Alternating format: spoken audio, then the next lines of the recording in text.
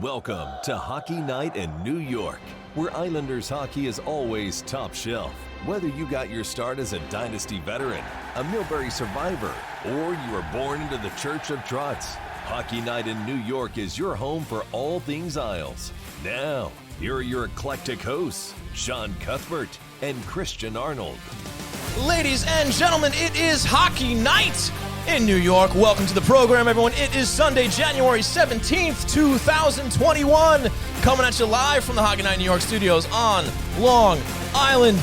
Another big show coming up for you, folks. Andrew Gross from Newsday will be joining us to talk about the ups and the downs of the start of the New York Islanders season. My name is Sean Cuthbert. With me, as always, is Mr. Christian Arnold. Christian, how are you? Well, we have a real live hockey to talk about. Finally. So I cannot be that bad. The games have finally started. Yes. And we're not talking about hypotheticals anymore. We're not talking about what could be, what might be. Right. We're talking about real games. Yes, we are. And unfortunately, recent history, if we're looking at, within the last 24 hours, not great. Started out great. And then it kind of flipped on its head. We're going to talk about that. There's a lot of stuff to go over. But before we do, folks, I want to remind you all that we are happily sponsored by Blue Line Deli and Bagels, located at 719 West Jericho Turnpike in Huntington. Head on over for great food, great people, and great service. And make sure you check out the menu at BlueLineDeli.com. Also sponsored by Thai Technology, a voice-over IP company providing phone services for businesses across the country.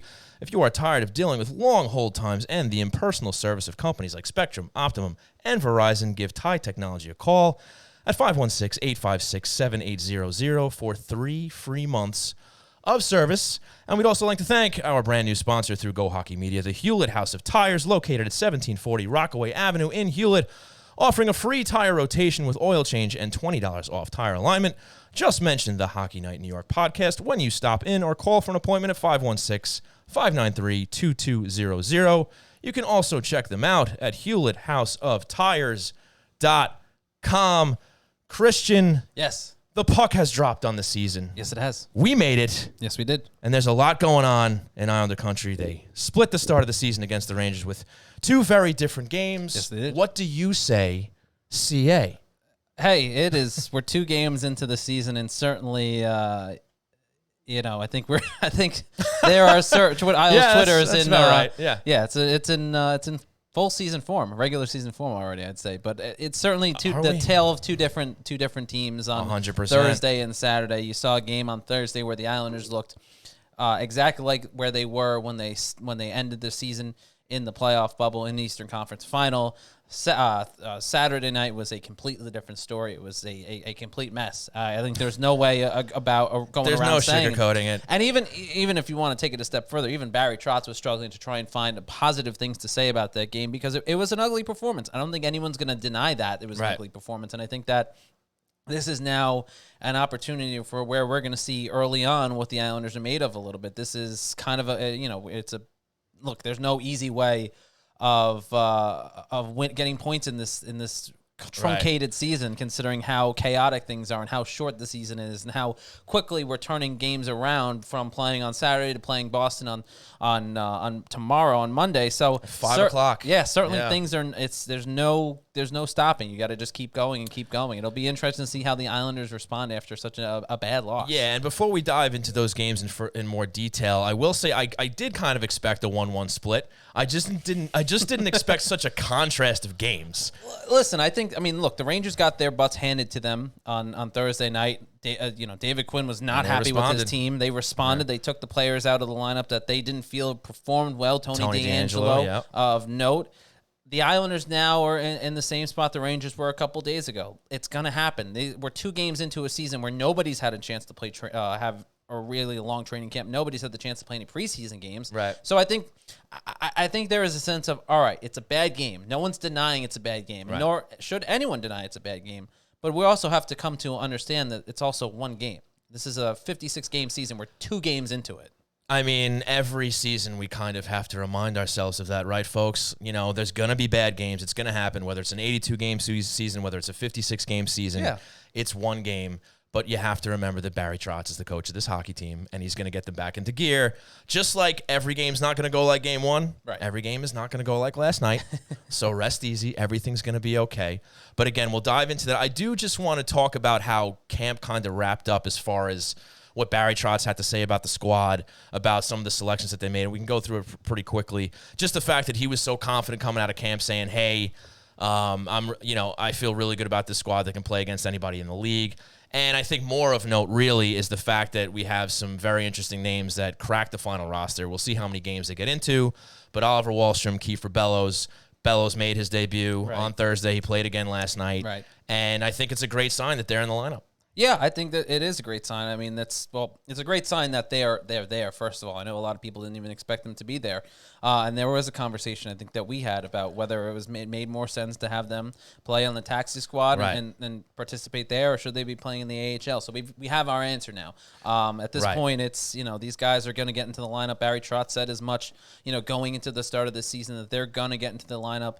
And this is an opportunity for them. Bellows played well his first game. I think nobody played well the second game of the Islanders season, so it's hard to even kind of compare and contrast those two efforts. Right. I think one thing you'll notice that was a rough outing was Noah Dobson on the back end. When you're talking about the young guys, Noah Dobson looked very good game one. He did. And again, just like the rest of the Islanders lineup, he did not look good in game two. So it's a learning experience, and obviously Ilya Sorokin. We'll probably get into that a little bit later in a second or so. About that, but there's a lot of things that people rightfully didn't like from that performance, and there's things that people certainly have to understand about the circumstances for that second game. I think it's a great sign that the Islanders are getting their younger players into the lineup, and they're giving them an opportunity.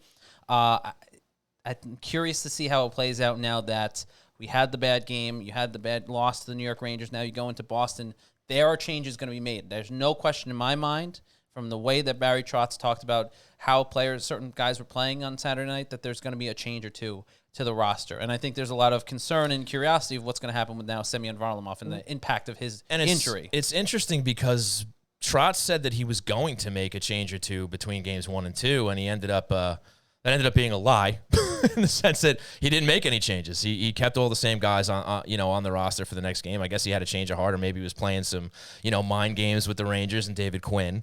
But we thought we might have seen a guy. I thought maybe we'd see like Wahlstrom coming for Bellows or something like that. Right. But he decided at the end of the day to stick with the guys who walloped the Rangers 4-0 in game 1. So you can't really blame him for that. And unfortunately, it didn't pan out for him. I don't think it had anything to do with the fact that he didn't change the roster up. But obviously, game 2 did not go the way he wanted. No, not by any stretch of the imagination. I think, like I said, I think you're going to see some sort of change to the Islanders lineup come Monday for that game against the Boston Bruins, who are also going to be looking for a little redemption after the overtime loss they suffered at the hands of the New Jersey Devils, who are off to a pretty good start over there across the river in Newark. So a lot of interesting storylines right out of the gate. I think obviously the most intriguing one after Saturday night's loss was the Ilya Sorokin situation. I know it's been the topic of conversation for Islander fans for the last 24 hours or so. A little less, since I don't think it's actually been 24 hours, but still, it's been the topic of conversation. I think it's something that obviously needs to be addressed. I think there's a lot of reaction to what happened, and naturally, I think that, and understandable. We are an Islander country after all. Understandably so. Ilya Sorokin comes in as the, he's decreed as the next great goaltender in the NHL, the next great Russian goaltender, and he had a bad outing. And listen, he did. It's, nobody's perfect, and I think he'll be the first one to admit that he didn't have a good game. But I think you have to also understand the circumstances surrounded that. He's thrown into his NHL debut 5 minutes completely before the start. unexpectedly. Unexpectedly. Semyon Varlamov gets injured by, a shot that hits him up high from Cal Clutterbuck. He's it's thrust into the game.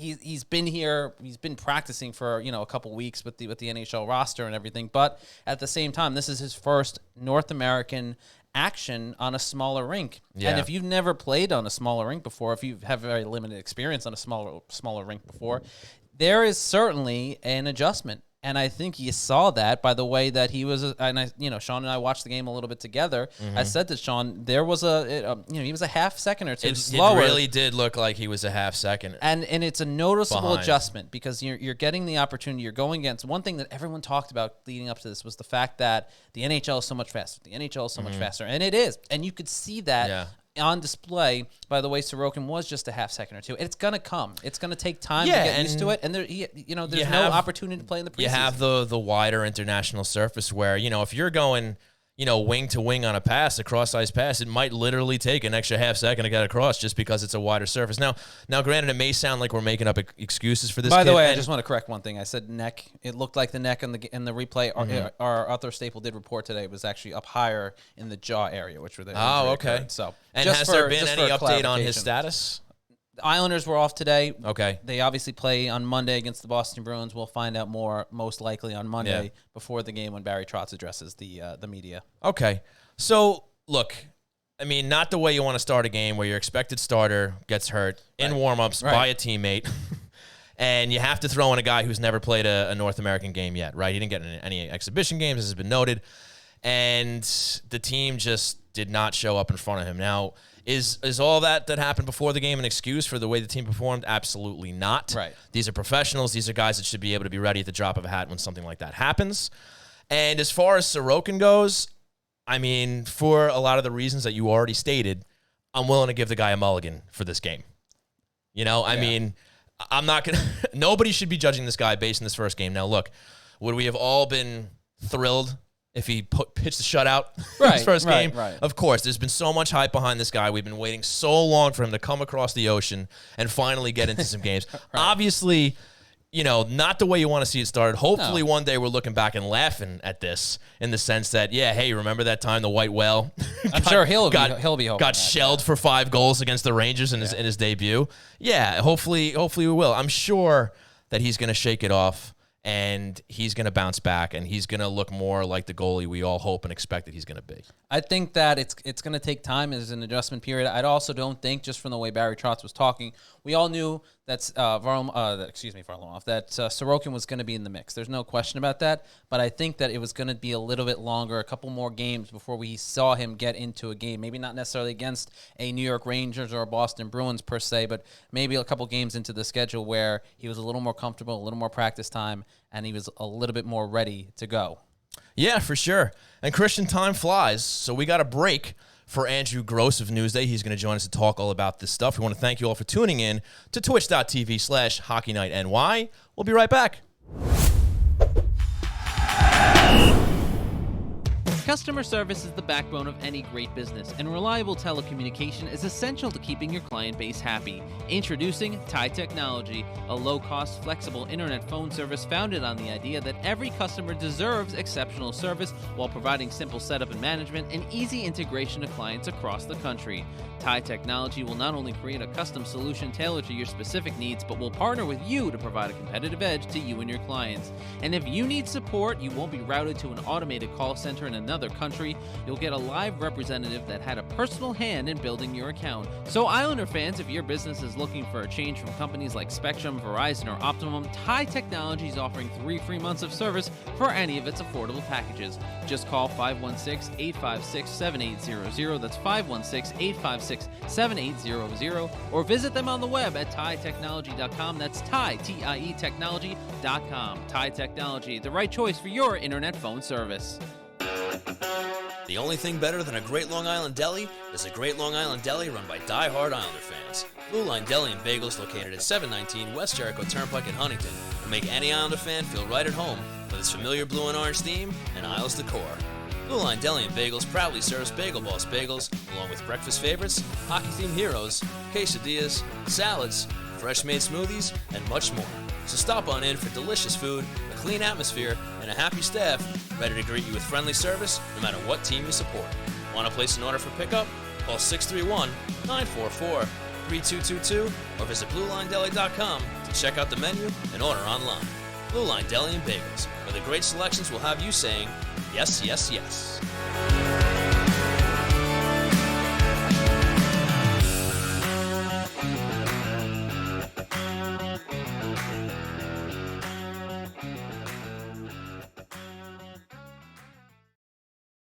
Time to get back on the couch for more Islanders therapy with Shawnee and C. Arnold on Hockey Night in New York. Welcome back to Hockey Night in New York. This is Christian Arnold, always with me, my friend, my pal, my amigo, Sean Cuthbert. That meant none of that, by the way. Thanks, pal. You can Appreciate listen it. to us every Sunday night right here on twitch.tv/Hockey Night NY, and also on anywhere your podcast providers can find us. It's time for On the Line, presented by our friends over at Ty Technology. And on the line with us this evening is a friend of the program, Andrew Gross of Newsday. Andrew, welcome to the show. What's going on, my friend? Christian, Sean, great to be on. Thanks for having me. Absolutely. Hope everyone's good. Great to have you. We appreciate you. First of all, we should appreciate you being the first on-camera guest that we've had since we've launched the live stream. So, Andrew, and I know it took a little technological wizardry earlier this evening, so we do appreciate you bearing with us tonight. Well, no, here's the scorecard as I've got it so far. Within the last week and a half, Christian has taught me how to screenshot something on my cell phone and now to communicate via Skype. So I owe you one, buddy. There you go. Well, obviously, we appreciate it, Andrew. Anytime you can come on and share your insight with us here. Obviously, the big talk the last 24 hours or so, we were just talking about it before the break, has been Ilya Sorokin and the performance that he had. Certainly not exactly what Islander fans were hoping for to start the year and start the White Whales' time here as a member of the organization. Andrew, but what do you make of that performance on Saturday night against the New York Rangers? You know, I thought Barry Trotz put it pretty fairly when he said that performance was not, the circumstances were not fair to Semyon Varlamov with Cal Clutterbuck hitting him in, under the mask, and it wasn't fair to Ilya Sorokin to be thrown in like that. Andrew, you there? There we go. Lost. There it is. Yeah, we good? Yeah, go ahead. I think, as Barry said, it wasn't fair to anyone, either of the goalies. Semyon getting hit in warm-ups by a Cal Clutterbuck shot or start under those circumstances. And certainly the team playing like that in front of him. And, I think what's lost here is that, even if Semyon Varlamov played, had the team like that in front of him, I don't think Varley could have salvaged anything out of that. As Trotz said, they were drunk last night. Yeah, it was a rough game all around. Andrew, what do you make of the Islanders' performance in front of Ilya Sorokin? Obviously, the circumstances surrounding his NHL debut were not ideal. Semyon Varlamov hurt in warmups, and it seemed like everybody kind of just got thrown out of whack right after that. Yeah, I was a little bit surprised. I mean, I'm not surprised that a team throws a clunker or not. The training camp situation, no preseason games. I think everyone is due for a clunker here or there. A little surprised that the Islanders, had that clunker right off of such a good season opener. But, maybe you look back at that season opener and say, how much of a product was it that the Rangers had such a clunker that night? Yeah, I thought the play in front of Sorokin was awful. Noah Dobson, who I thought had such a strong season opener, was really hetaint, it seemed to me, with the puck, and he got off the puck a lot. And I'm not trying to throw this all on Dauber. I mean, it was just a whole line of players having, they couldn't complete passes, they couldn't get the puck out of their zone. There were breakdowns left and right. The linesman kept getting in the way. Like, it was just everything that could go wrong did go wrong, but the Islanders didn't help themselves, and they did not help their rookie goalie. And now it's, you're going to see if he's able to bounce back, if Varley's not able to play on Monday against the Bruins, or whether Barry Trotz. Still there, Andrew. Oh, there he goes. I think we lost him for a second. Well, with technology always comes a little bit of an issue. We're talking with Andrew Gross right now on the line brought to you by our friends over at Ty Technology. Andrew, are you still with us? Yeah. Okay, yeah. there we go. So did you not hear any of that great answer I just gave? We heard maybe like Two-thirds. 3/4, Yeah, two-thirds. We heard most. We missed the tail end. You said hopefully Barry Trotz, I think, and then something just kind of went out after that. Well, what I'm saying is, I'm not sure if Varley is unable to go Monday Right. against the Bruins. Does Barry go back to Ilya?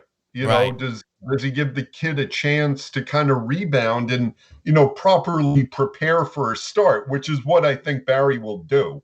Because the other option then would be giving Corey Schneider a shot, and I certainly think the Islanders want to build up Sorokin's confidence and cultivate that, because this is a guy that they. I don't know what the split would be, if both goalies are healthy in a 56 game season. Right. But you figure Ilya is going to get a good portion of the games this season.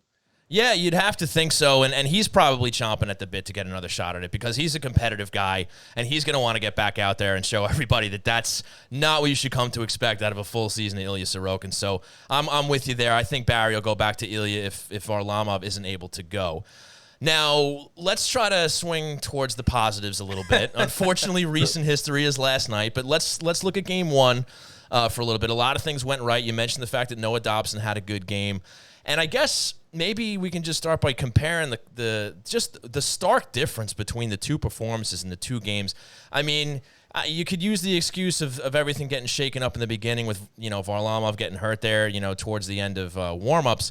But, I mean, what is it with this team where they had such a masterful game against the Rangers in Game 1? Then they have Game 2. It's completely twisted. I mean, talk about how they performed in Game 1 and why it was so different.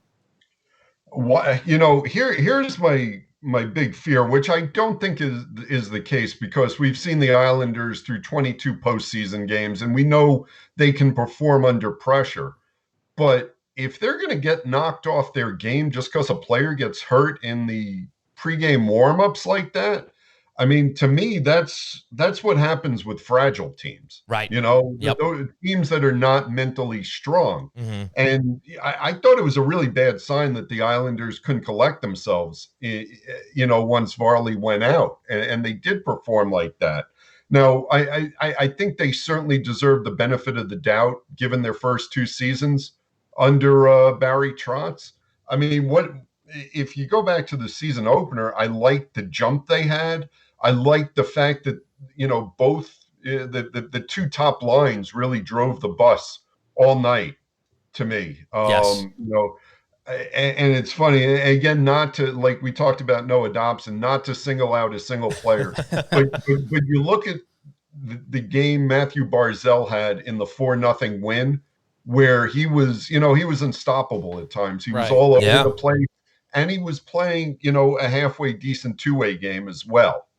And then you take it to Saturday night, and it's what we see with Barzy, undisciplined. He tries to do too much. Mm-hmm. He was trying to score 3 goals on every shift, and he wound up in the penalty box and hurting his team, not helping it. Yeah. So, I mean, what changed from Game 1 to Game 2? The discipline. The not trusting themselves once they got down 2-0, once they got down 2-0, I think they really were pressing. You saw Natural Stat Trick, which charts every game, advanced analytics. How does a team go through 60 minutes of hockey and get 0 high danger chances? I mean, not one high danger chance. Yeah. Not a great sign. I mean, I was thinking back through the game, and I think the toughest save Georgiev had to make, there was a Jean-Gabriel Pageau wrister from the right circle that Georgiev gloved. I think it was in the second period. Other than that, I mean, I know they hit a couple of posts in the third period when the game was long gone, but really, I mean, it was such a stark contrast. Talking with Andrew Gross from Newsday. You can also listen to him on Newsday's New York Islanders podcast. While we don't necessarily endorse other podcasts, Andrews will make an exception the for Island Ice the podcast? Island Ice podcast. Yeah. Andrew does a great job over there. That's not sarcasm. That's not me being a jerk. He does a tremendous job. It's unfortunate you had to clarify that. And he has a tremendous intro. I don't know if you've heard it, Sean, but I have not. Andrew's introduction to the podcast is very, very funny. Okay. But it was pointed out to me that I think I ripped that right off of Mad Dog Russo. I'm pretty sure you did. Aware of that. Yeah, no, you did. I wasn't going to say it, Nice. but I think it's great. And it's certainly fodder for us to kind of give you a hard time. Andrew, we always appreciate you when you come on, and we do have a 100%. couple more questions. But, Andrew, you kind of alluded to your, how you say, technological ineptitude sometimes. And I wasn't sure if I wanted to try this or not, but we're going to give you kind of a free Skype lesson here, 2.0. Your camera kind of froze a couple minutes ago, so we've been actually looking at a pretty solid image of just your face. Yeah, what do you want me to do with this? I want you. I'm looking at our Skype board. There is a. Yeah. I'm afraid to try this now, but I think I don't know funny. if it's a good I think idea. it'll be fun. There should be on your Skype screen a little video camera icon on there, which would disconnect your video. I want you to push it, and then I want you to push it again so that it disconnects your camera and then turns the camera back on. But This do is not great. hit the hang up button, because then you will hang up on us. So I want to try this live here we on air. go. Oh, he did it. All right, we Okay. got one. Oh, that's all right. Let's see. Oh, you know what? I might have to bring right. it back now. Let's All see. right, and we're going to Yeah, try we something can- on our all end. right. So This we is got great. Andrew Gross. Oh, there he oh, is. there he I is. think it worked, Andrew. I think it worked. Look at Live that. tech Yeah. support We did during On the Line, sponsored by Tide Technology. You know what's really weird is now there's a delay on my end. A little bit. So my face is moving about 2 seconds Well, after I actually say Andrew, something. we're going to blame that all on you, and we're not going to take responsibility Yeah. for it. But at least you're in motion now. honestly feel, What happened there? This is This is great. I don't know. Could you There we go. could you just There we go. put up a picture of Bozo the Clown at this point, maybe? Andrew love Gross from Newsday. We appreciate your time as always, Andrew. The question I wanted to Amazing. ask you before we got into tech support mode here was you mentioned Matthew Barzal, and you mentioned the bit of an undisciplined play. And one thing that Barry had talked about so much since he had re-signed earlier this week, or last week, I should say, was that he wanted to make Barzy a more complete player, two-way player, all these different aspects to his game. And Thursday night, it looked like, I think I wrote about it, it looked like he bought in. He was 100% that Barzal. Yeah. What was it that he kind of goes between this disciplined player that's playing this two-way game that you're thinking is buying into the Barry Trotz system, and then kind of gets back into that old form where a little undisciplined, maybe maturity level isn't 100% there, and it's more emotion than I guess logic, I guess you could say, that's kind of driving his play. Well, I think he hit the nail on the head there. He lets his emotions sort of get the best of him. And I mean, we all know how skilled this guy is, right? Oh my God, this is how we're freezing it, right? The big mouth. We got two Andrew Grosses on the line now. Yeah. This is why you don't mess with things in the middle of an all interview. know he's a very emotional player. And I think when things start going south, he loses that discipline. If I try and close my mouth there, I just feel like he takes himself out of his own game. You know, if he would trust him more, and he would assist a bit more, he would do well. But you saw on Saturday night, like I said, he was trying to score 3 goals every time he came out on the ice, and then he let his frustrations get really just penalties he took, and 2 within the first 3.5 minutes of the second period. While it was technically still a game, the odds are only down 2. It's certainly an interesting kind of opposite end of almost like a Jekyll and Hyde for Barzal, and certainly an interesting thing to watch as this rest of the season progresses. And Andrew, the thing going into Boston now, where do you see this team being? I guess I should say, where do you see their level of readiness being after the way that Saturday went? I mean, Barry Trotz is not happy, and he was not shy about saying how unhappy he was after the loss to the Rangers. Where do you see their level of preparedness being, and is there any changes we can expect to the lineup? Because I have to imagine there's 1 or 2. Well, I guess I would expect, probably Leo Komarov to come in. I think Barry kind of relies on Leo at times like this to sort of, as a crutch, this kind of veteran guy who can come, not so much necessarily because of the skill, but just kind of the grit that Leo can bring in. I don't know. I would suspect he probably comes in for Ross Johnson. Maybe it's Kiefer Bellows, but I would think think, comes in for Ross. Right on. About Varley, like I said, I give the team the benefit of the doubt because we've seen it in. Still there, Andrew? No, he's still there. They tend not to have these two clunkers in a row. Right. And like I said, if they come out and lay another stinker and they're not mentally prepared 2 games in a row, then I'm going to start worrying about, whether this group is a little bit fragile or not, unable to kind of put it together. But, it's such a weird season. It's such a weird training camp compared to what they're used to. I don't care what they say about, them liking it and them scrimmaging hard. Those preseason games, it's tough for you and I to sit through and watch those. Right, yeah. They are important. There is value to those preseason games. I think we're going to see it throughout the league that teams are going to be uneven here to start out. That makes sense to me. And Andrew, last from me before we let you go. You mentioned Kiefer Bellows' name before. He got into 2 games. Maybe with all the special teams that happened in these first 2 games, maybe didn't get as much ice time as you would have liked to have seen to get a good assessment of him. But what did you think of Bellows' game through these first 2? Yeah, I mean, like the rest of the team, I thought he was noticeable on some shifts in the Thursday opener where you can see what they really like about him. And, he's definitely got a shooter's ability, and he's going to add some scoring on the wing. But, like everyone else in the second game, he wasn't good.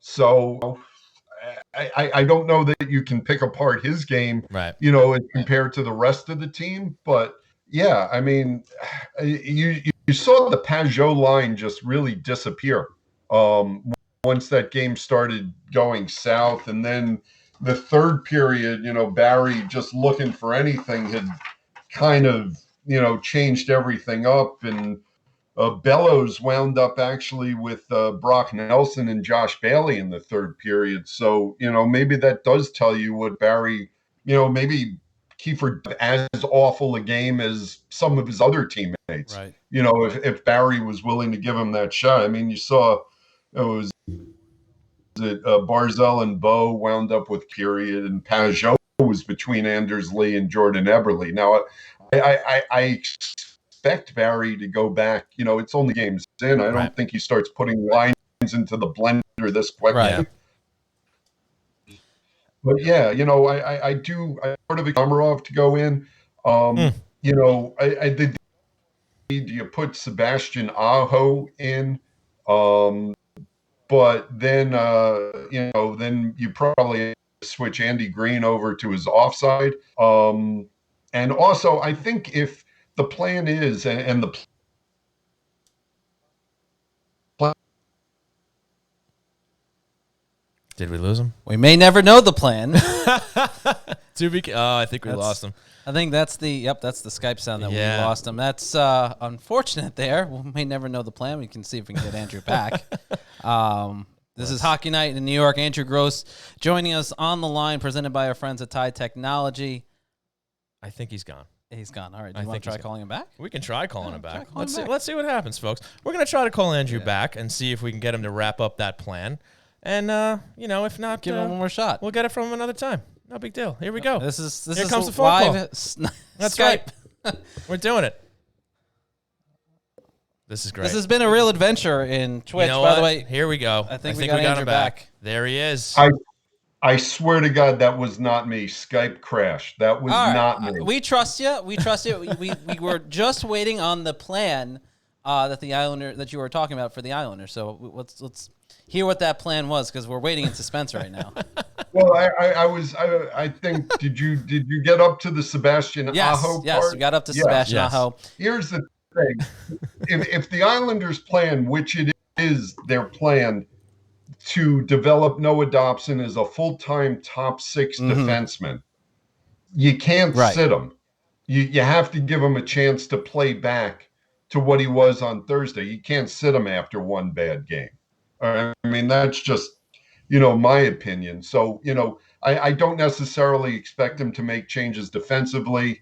I would expect Barry to to give Ilya Sorokin another chance with full preparation, knowing on Saturday night, Barry probably went to Ilya after Saturday's game, because even though they're not telling us what Ilya Semyon Varlamov's status is, they probably know. They probably knew after the game whether he'd be ready or not for Monday's game and how much time he's going to miss. So if they knew Varley was not going to be able to go on Monday, I'm sure Barry went up to Sorokin after the game and said, "Okay, kid, now you got 2 days to prepare for this. Go through your preparations to start a game." And I suspect you'll see a much different Ilya Sorokin. I would agree. I think we definitely do see a much different Ilya Sorokin come his next start. I mean, I agree with you, Andrew. I think he does. Do you think he ends up starting Monday? That's kind of your feeling there? That's the general gist of it? That would be my feeling. I kind of feel like if whatever happened to Semyon Varlamov in warmups kept him out of the Saturday game, that's probably an indication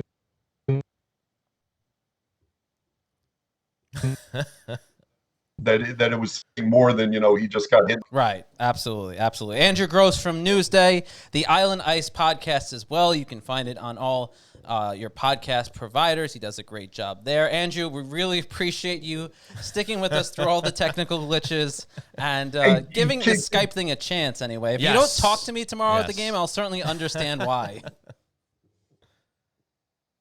I think that's it. I think that's it. Well, Andrew, thanks so much for joining us tonight. That was On the Line, presented by Tie Technology. On the line was Andrew Gross, and we thank him for another great spot. Yeah. So let's bring it back. Great stuff. We're 3 for 3 with adventures here on Hockey Night New York at Twitch TV/Hockey Night NY. We're working on it. Well, like I said, we were going to blame him for any Skype technical difficulties. I hope you guys were entertained by Andrew's face floating around the screen there a couple of times until we finally just gave up and went with the static one. Yeah. That I've never seen that happen before. But hey, again, learning on the fly. And you know what? If nothing else, a little laugh. A little laugh at our expense. It's okay. Yeah. Apparently, we're told we should get a 12-year-old to produce the show. It would be better than us, but we have you already, so why would we need to get another one? Someone used that exact joke, so you're behind. Love it. One of the Twitch users, they already have Christian. They have Christian for that. And Love it. Guy wrote back touche. So. Love it. Wonderful, guys. Thank you for that. Attention, all college students and young aspiring video producers. Maybe it's time to get an intern. This is the third show. Maybe we need somebody to work the board here so we can get things going. But folks, once again, a big thanks to Andrew Gross for joining us there, being a good sport, and hopefully you had a little bit of a laugh during the segment. But great stuff from him. So I think we're going to see Sorokin tomorrow. And by the way, Andrew did text me. He had another technical snafu, so we did apologize. So he said the one thing I like about Island Ice is I don't have to worry about the video component. So okay. Andrew's well ahead of us there. All right, fair enough. Fair enough. All right. But we do thank him. So was that a dig? Was that a podcast to podcast dig right there? Probably all right, we'll let that one go. It's probably a podcast to podcast dig. All right, fair enough. All right, so I know which podcast I'm taking off my listening list now. Unsubscribe. I'm kidding. I will not. But yeah, we appreciate that. But Ilya Sorokin, I tend to agree. I think he does go tomorrow for the Islanders. I don't think you see Corey Schneider. I think that would be kind of a. I don't think it would send the right message to Sorokin, especially after a performance like that. You want to build up the confidence, and like I said, I tend to agree with Andrew, the fact that there's now some preparation and there's now some notice ahead of it. I have to agree in the sense that they know more than what they were telling us after the game. I have to imagine they have an idea. At the very least, if not Saturday night, they had an idea Sunday morning of where Varlamov is. So I think that if they're going with another goaltender that's not Varlamov, it's going to be Ilya Sorokin. He'll get another shot against the the Bruins, who are, look again, like I said, they're looking for a little bit of a rebound game themselves after a rough loss to New Jersey Devils. But they are, despite my promotion of them through the course of the lead up to this regular season, that they're going to be a powerhouse in the East Division, presented by Mass Mutual, that they will be right up there among the top four. look, it's 2 games in. I don't want to, start saying that they're not Yeah. going to be up there, but certainly it's not the Bruins that you kind of expected right out of the gate. But that's also maybe a benefit, too, for the Islanders and the other 7 teams in the division, the fact that everybody's kind of playing on that same field where they're all trying to get their legs under each other. Sure. Now, let me ask you this.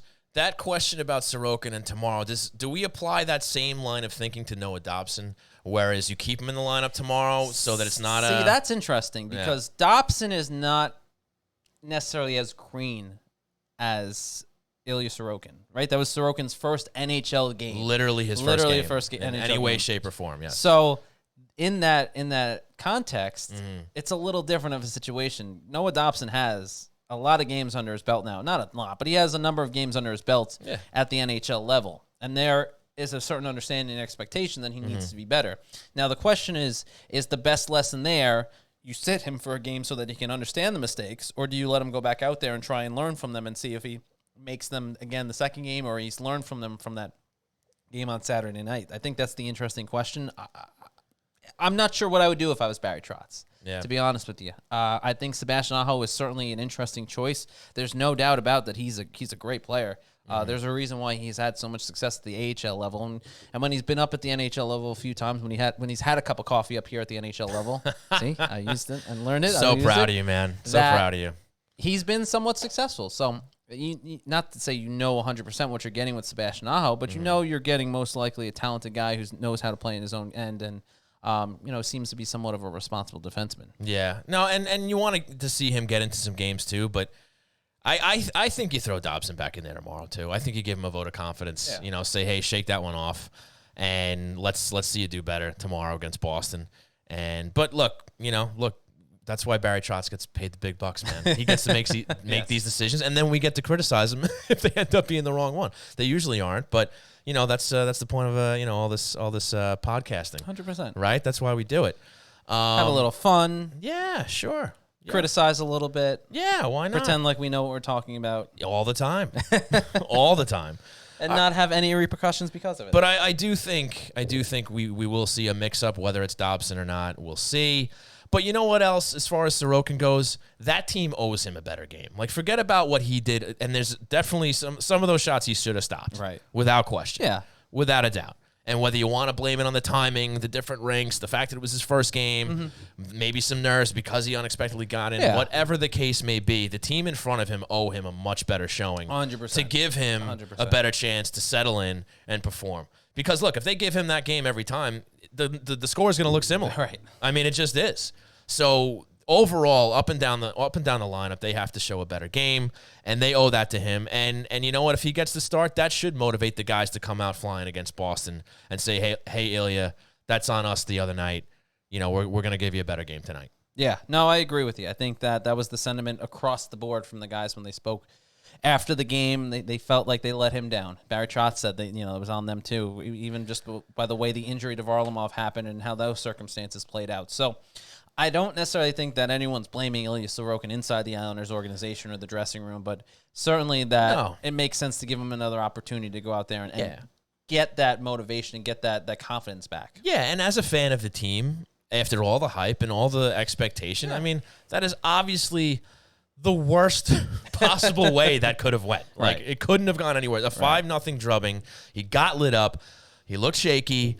But, again, I don't think this is going to be the Ilya Sorokin brand going forward. He'll bounce back, and it'll be better. And you know what else I wanted to note about that whole thing was I found it interesting how furious Barry Trotz was about the injury to Varlamov and the fact that he took a puck from his teammate. He was not happy.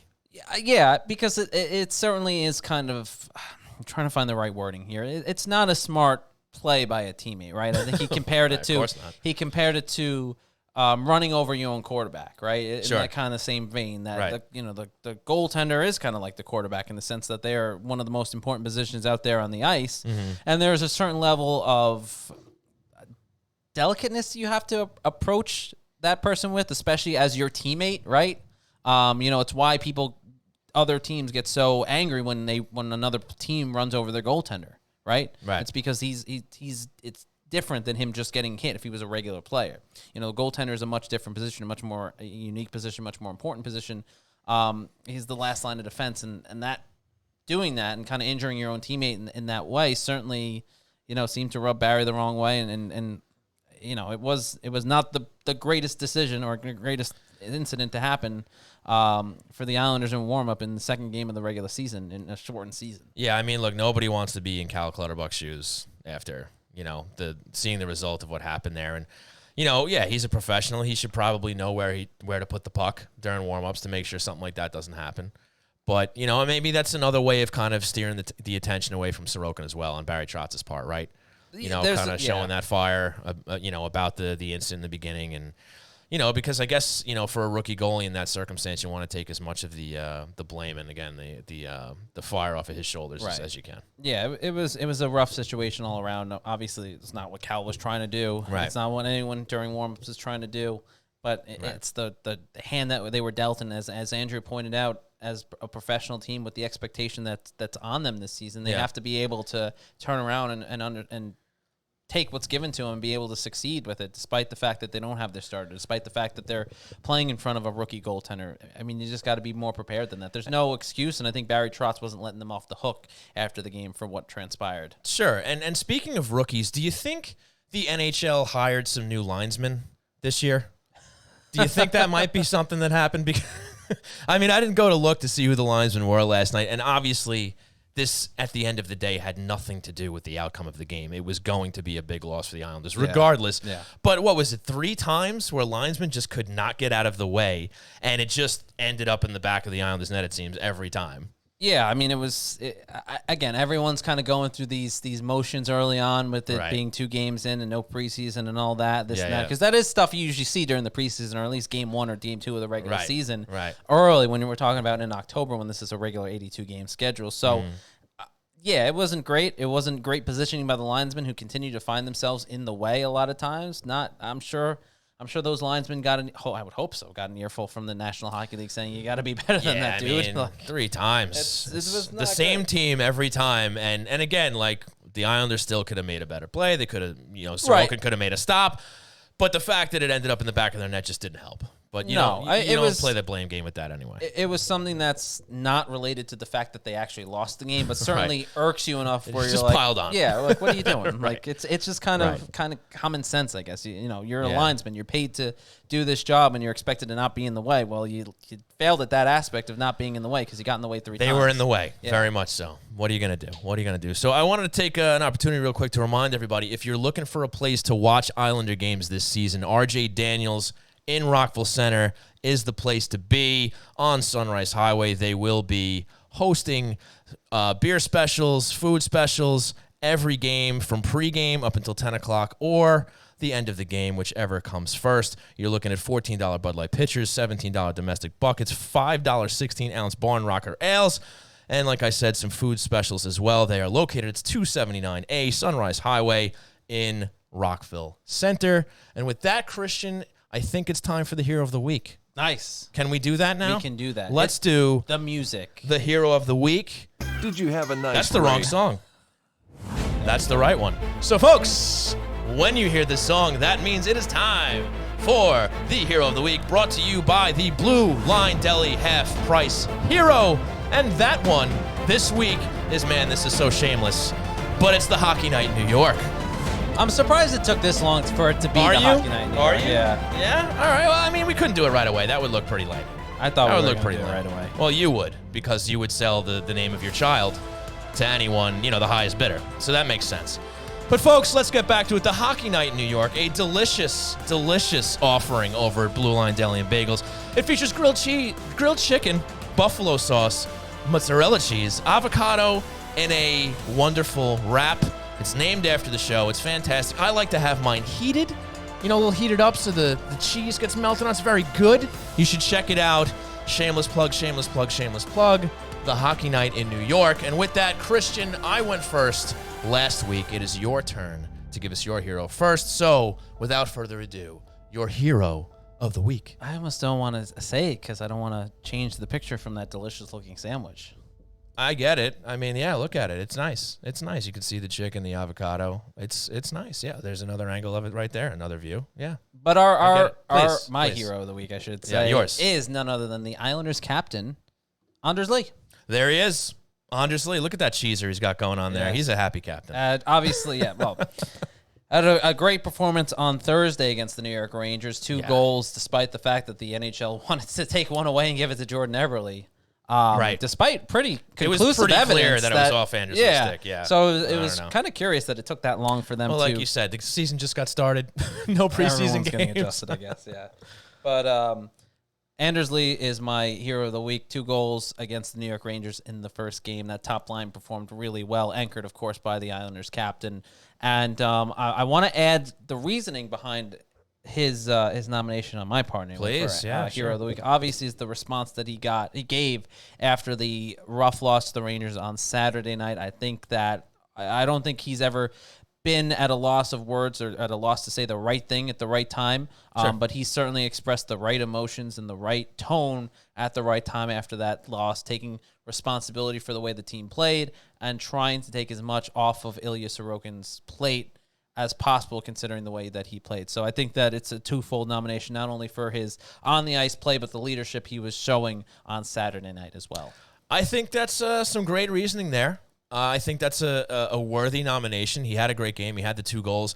And he looked like the Anders Lee that we would like to see over the course of 56 games. Now, maybe we're going to have to settle for 55 after last night. Yes. But great nomination there. I am going to switch it up, and surprise, surprise, it's also going to be from Game 1 because, well, there's really, not a lot. There's really no like heroes from last night.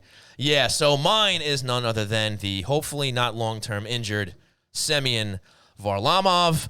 Now, granted, maybe he wasn't the sole reason why they won 4-0, but he kind of picked up where he left off. He had a great playoff in the return to play last season, and he did his job just like he did back then. The Islanders played some good defense on Thursday night. Yes, they did. They limited any sort of high-danger chances, but when they did surrender chances, he stepped up and he made the save, and maybe the second save that he had to, got the shutout. Great way to start a season for your goaltender, and just very, very, very unfortunate that he wasn't able to, kind of build off of that last night with that freak injury. Yeah, no, I mean, I think he's another good choice. Obviously, Semyon Varlamov didn't get a ton of work on Thursday night, but the work that he did get, he was solid in net. He made the timely saves. He didn't face a ton of shots. I think the Rangers finished that game with about 24, 25 shots in the game.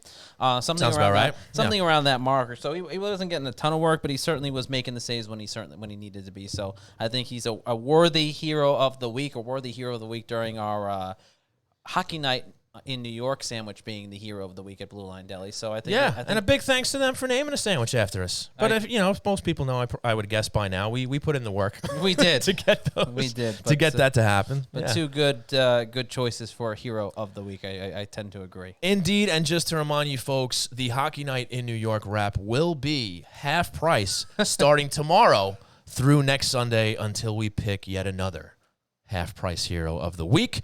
So big thanks to Blue Line Deli and Bagels for sponsoring that segment. And now we'll take it back to the main screen. Also, I think that I think he'll be hero of the week forever just for his playoff slide that Semyon Varlamov had last year in the postseason. I believe it was the Eastern Conference Finals, if I'm not mistaken.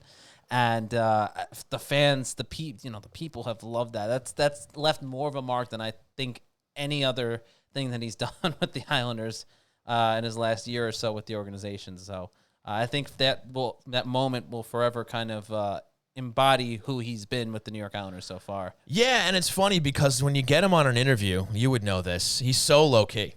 Yeah. He's so low-key. There's not much emotion coming out of him. So to see that move back in the playoffs, it's a nice contrast to see. But you notice, like, him and Thomas Greiss, it was kind of the same thing. Both were somewhat low-key. Like, you never really could get a sense of them being stoic. too high or too low. You're right, stoic. That's the perfect way to describe it. They were very stoic, and Varlamov now continuing that. That, like you said, the slide was probably the most emotional thing we've seen out of him. Most I've seen out of him. But it was a cool moment. And it's certainly one that will live on, regardless of whether he's still an Islander or not. I still see it all over social media all the time. Yes. All the time. So what's the chatter tonight, buddy? We got any questions there? A lot of just chatter, having some fun with us. Obviously, like I said, Making fun of the technical difficulties during the on the line segment, probably. Yes, and someone commented that they were getting hungry after they were seeing the. That's Blue the Line idea, deli folks. That's the idea. Well, we at 8 want o'clock- to get your stomach growling At so 8 that tomorrow morning you Yeah. go to Blue Line Deli and Bagels. At 8 o'clock, I feel like that's just cruel because Blue Line has been closed for at least 4 hours at this point. That's true. You're 8:30. just gonna have to reach into your own fridge and find a snack for now. Maybe tomorrow you can go to Blue Line. Right. They're open every day, Worth the all trip. week. Worth the trip. But obviously, 100%. worth the trip. But obviously, Sean, coming up this week, you have the Boston Bruins on Monday, and I believe Yes. it's the New Jersey Devils on Thursday at the Nassau Coliseum. And Sunday. And Sunday at the Prudential A Center. home and home, if you will, Right. even though that doesn't affect fans at all. Right. But as or far really as the team that much. I mean, they're going to travel between Long Island and New Jersey for 2 games Yes. and play in front of 2 empty buildings. Yes. But yeah, you got the home opener tomorrow. And yeah, back-to-back games against a New Jersey team who had, I suppose you could consider a surprise victory over the Bruins yesterday. I believe they scored on a breakaway with less than 2 seconds to go. That's exciting. Something like that. Yeah, it was an interesting game. I had it on in the background a little bit in the afternoon. It was a good game. It was a fun game to watch, and I think everyone's just excited who's a hockey fan just to have hockey on. So they're tuning in wherever they can. But it'll be interesting. Like we were talking about before, this is a Boston Bruins team that's lost a couple of pieces. Certainly, were evenly matched, I guess you could say, with the New Jersey Devils in that game, and obviously coming up just short in overtime. But it'll be interesting to see where their level is heading into the game with the New York Islanders on Monday. Agreed. And again, I'm just excited that hockey is back and we get to see all of these teams, the Bruins, the Devils, and in this shortened season. And just seeing, there's going to be surprises. I'm sure there's going to be some teams that, we don't expect to see in the playoff picture come the end of the season. That always seems to happen. But especially in a condensed season like this, where all it takes is a team getting hot. And you can even look back to the Islanders back in that lockout shortened season where they got hot at the right time. They rode nearly a 10-game point streak or winning streak or something like that. And it just propelled them into the playoffs. Maybe a little earlier than people expected. I mean, you're talking about that team with Michael Grabner, Andrew McDonald was on it, Evgeny Nabokov. It was a in very that. gritty They team. almost upset Pittsburgh.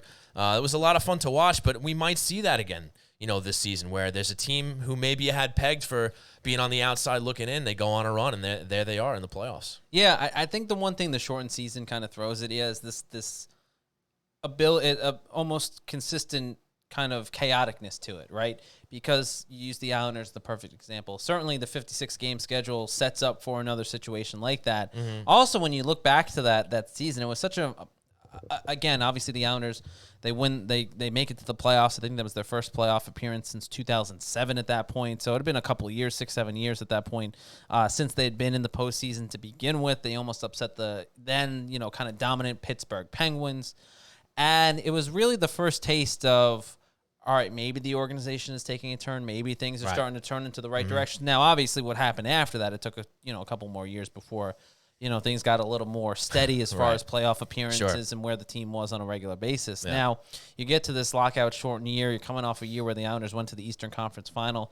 Certainly kind of has that feeling of, well, it started in a shortened season. Could something magical happen again because of a shortened season, or because they get on a hot streak at a certain point? And that's, I think, kind of that chaos that you were kind of bringing up with that season. You go on a streak at the right time because it's so short. Yeah. You put yourself in an interesting position, a good interesting position. For sure. And it'll be something to watch, whether it's the Islanders, whether it's a team like the Devils, even the Buffalo Sabres. I think that... Yeah, I mean, look, they brought in Stahl, they brought in Hall. Right. I will be the first to admit, I was a little cavalier with how I was like, screw the Devils, screw the Sabres, they'll be at the bottom. I was a little cavalier with it. So most people feel that way, though, that they're going to be the 2 teams at the bottom of this division. Yeah, I mean, I think that after watching, again, it's a small sample. It's a very small sample. You got a couple games in. Right. I think I was a little cavalier with it. I think that the East, which is already competitive, I think it'll be a little bit more competitive. I think I want to amend it. I hope it is. I want to say the Devils and Sabres, while I still think they'll be at the bottom, will be a little bit more competitive than I gave them credit for. Jersey already siphoned a point away from Boston yesterday. I mean, you look at that game going in, that's 2 points for Boston, right? And they only end up coming away with 1. Right. So, and we're probably going to see a lot more of that this season. Yeah. It's going to be fun. It'll be very fun to watch. Very fun. And there was one thing Christian, if you'll entertain this, we didn't get a chance to touch on last week, but it was a hot topic for New York Islander fans, and that was the terms and length of the recently signed, or recently announced, I should say, Matt Martin contract. We're talking 4 years, $1.5 million, and not everybody in Islander country was happy about that. So why don't we just toss that back and forth real quick before we wrap things up? Yeah, he signed for 4 years. Got that, yeah. 1.5. Yeah. There you go. Great. That's no, I mean, I don't know what you want me to say listen, he signed I'm for talking about the reaction. He signed for 4 years. There was a lot of fans who weren't happy about 1.5. that. There were a lot of fans who weren't happy about it. They didn't like the length. I understand it. I mean, the length was a bit surprising, to be honest with you. Surprised me. I understand.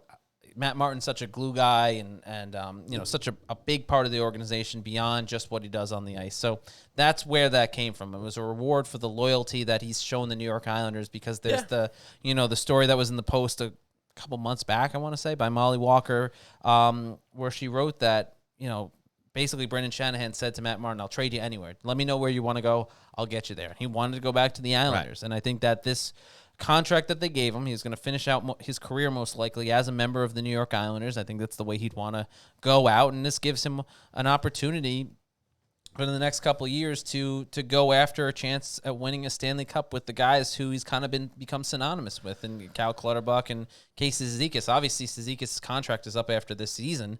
It poses a very interesting situation once his contract is up of, will the Islanders be able to afford to keep him at this point? Which is interesting, because then you look at what they signed Matt Martin for, and you go, well, that didn't necessarily help the cause, considering that those guys are all so synonymous with each other in that fourth line. Right. Well, look, I said it on Twitter, and I'll just repeat myself here on the show, is that, look, I was just as surprised as anybody that it was 4 years. I thought maybe 2 years max. I think that's what everyone kind of 1 assumed. to 2 years. One, I would not have been surprised at all. I mean, we know what he offers to the team. What he offers the team. We know, how old he is, and I guess you wonder, how long he's going to be able to keep, his level of game up. Although you look at the playoffs that he had, and he was fantastic.